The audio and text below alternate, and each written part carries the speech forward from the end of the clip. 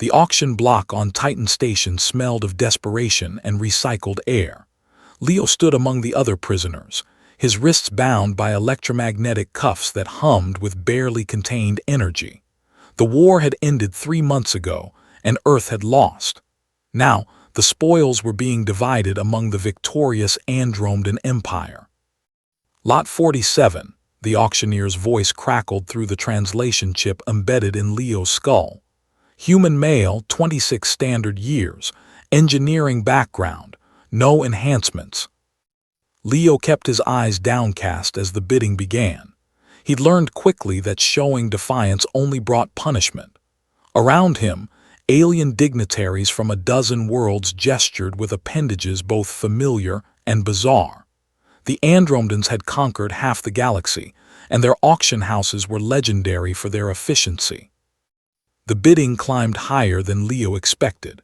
Perhaps his engineering skills were valuable after all, but when the final hammer fell, silence rippled through the chamber. Sold to Her Majesty, Queen Bella of the 7th Fleet, for 200,000 credits. Leo's head snapped up. Queen Bella. Even among the defeated humans, her name was whispered with a mixture of fear and awe. The youngest fleet commander in Andromedan history, she had personally overseen the siege of Mars. Some said she was brilliant. Others said she was ruthless. No one said she was merciful. The transport to her flagship, the Eternal Meridian, took 6 hours. Leo was processed, decontaminated, and fitted with a neural collar that would allow the Queen's systems to monitor his vitals and location at all times. A silent android escorted him through corridors of impossible architecture, walls that seemed to breathe, floors that adjusted to each footstep, lighting that responded to thought rather than motion. He was given quarters that were, paradoxically, more luxurious than anything he'd known on Earth. A sleeping pod that adjusted to his biology, a food synthesizer programmed with human nutritional requirements, a viewport that showed the swirling nebula outside, purple and gold against the infinite black. "You will report to Engineering Base 7 at 600 hours, the android informed him. "Your duties will be explained then. Do not deviate from assigned areas. Do not attempt to access restricted systems. Compliance is survival." For 3 weeks, Leo worked. The Eternal Meridian was a city in space, housing 50,000 souls from 100 different species. In Engineering Base 7, he repaired quantum drives alongside other human slaves, all of them wearing the same neural collars, all of them keeping their heads down and their mouths shut. He never saw Queen Bella. He'd heard she was beautiful by both human and Andromedan standards, a genetic hybrid engineered for perfection. But in a ship this massive, the slaves never encountered royalty. Until the night summons came. Leo was torn from sleep by the neural collar's insistent pulse. His vision swam as information flooded directly into his brain. Coordinates, authorization codes, a route highlighted in his mind's eye like a glowing path. "Report to Royal Chambers, Level 1, Section Alpha immediately." Fear wrapped around his chest like a vice. Night summons meant only one thing in the stories the other slaves whispered. Someone had displeased the Queen, and now they would disappear. Leo's hands trembled as he dressed in the plain gray uniform all slaves wore. The corridors were empty at this hour, illuminated only by bioluminescent strips along the walls. His bare feet made no sound on the living floor. Twice, automated defense systems scanned him, their laser grids painting red patterns across his skin before determining he had authorization to proceed.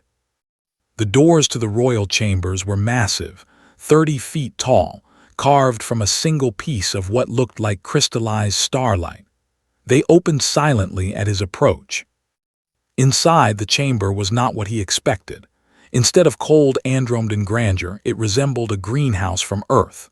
Real plants, impossible precious plants, grew in carefully tended beds.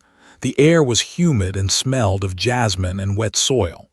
At the center, before a viewport showing the cosmos in all its terrible beauty, stood Queen Bella. She was smaller than he'd imagined. Humanoid, with the characteristic silver skin of Andromedan nobility, but her eyes were human brown and filled with something Leo couldn't identify.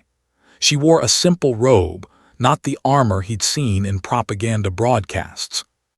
"Leo Chen, formerly of the Earth Engineering Corps," she said, her voice soft and unfiltered by translation technology. She spoke perfect English. "Do you know why I purchased you?" "No, Your Majesty." His voice came out hoarse. She turned fully toward him, and he saw the scars on her neck, surgical scars, where human DNA had been spliced into Andromedan heritage. "Because," she said, "your file indicated you designed atmospheric processors for Mars colony, before the war." Leo blinked. "Yes, but I need someone who understands terraforming, someone who thinks like a human." She gestured to the plants around them.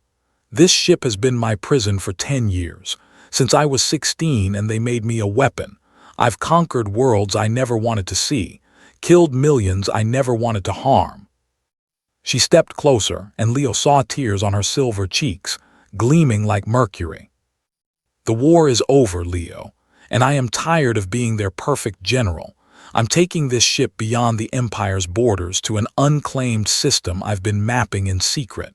I'm going to build something instead of destroy it.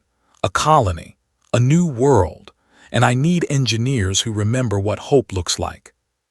Leo's mind reeled. "You're deserting." "I'm choosing a different path," she smiled, sad and determined. "I bought 200 slaves this month, all of them specialists, all of them people the Empire would have wasted. I'm offering you a choice they never gave me.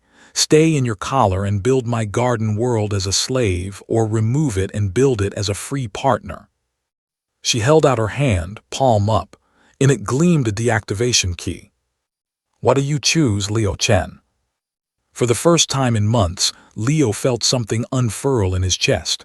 Not quite hope, not yet, but perhaps the memory of what hope had felt like.